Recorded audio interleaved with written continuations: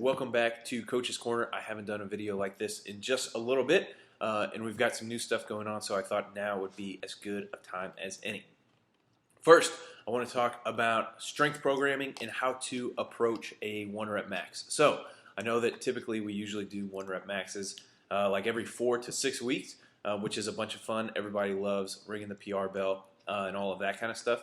Relatively to training talk or like strength and conditioning talk, a 4 to 6 week cycle or window is really, really small. So here's what we're going to do. You guys have seen some of the percentage work that we've been doing already this week. We're going to continue with that plan for the next 12 weeks. So inside of those 12 weeks, we'll have some easier days, we'll have some heavier days, all of that kind of stuff. But our next scheduled max out session is going to be 12 weeks from this week.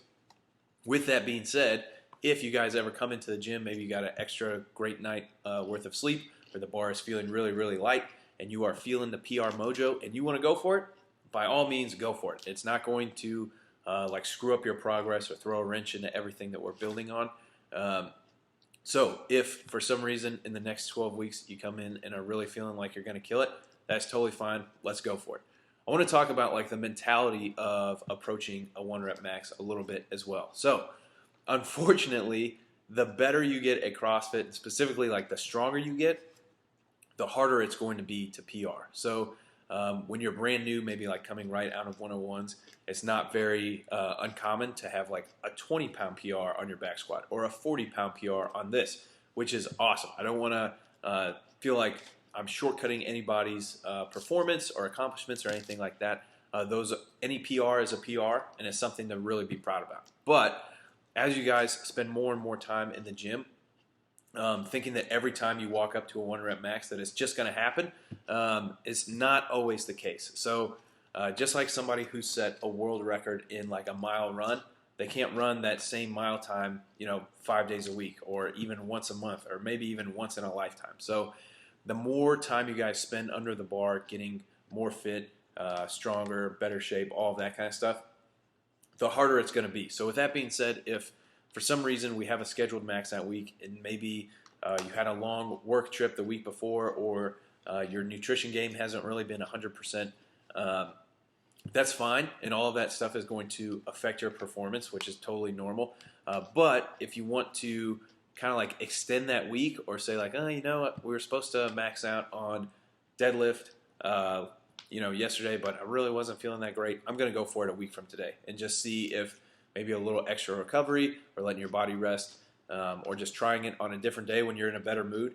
Sometimes all of those little things that aren't necessarily part of your fitness can really make a big difference. So our next 1 rep max scheduled session is going to be 12 weeks from today. If for some reason you're feeling really, really good and want to go for it between now and then, go for it.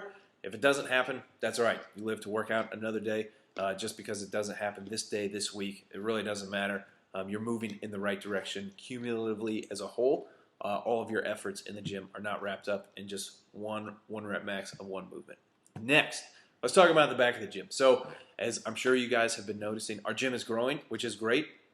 The more members we get, the more our community can grow, the more friends we can make in the gym, the more lives are being changed through fitness. All of that kind of stuff is really, really awesome. So along with having busier classes and more people in the gym, we're going to make sure that people using the front of the gym and the back of the gym, we're just not stepping on any toes or getting in each other's way. So what's really, really great about having both aspects, we offer lots of classes during the day. We have good, well-rounded programming. But sometimes, if it's not your thing or a friend of yours did a workout that you want to give a try, you got to hurry up and get on to your next appointment or next part of your day. We totally get that. Life comes up.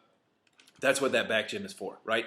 You can come in, do your own thing, knock it out, get in, get out, whatever you want to do, that's fine. If you're working on like some pesky movement like trying to get unassisted pull-ups or working on some extra squats, get that strength game on point, that's fine too. We've got squat racks, a pull-up rig, plenty of rowers, all sorts of kettlebells, all sorts of weights. Pretty much all the same equipment that we would have in the front of the gym is also in the back.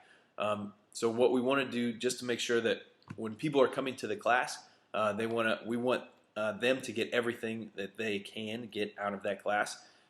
Just like if you were in the back of the gym, we want you to get everything you can out of there too. That's why we have all that equipment and space. So I think we're all familiar right by where the changing room is, how the floor kind of changes right there.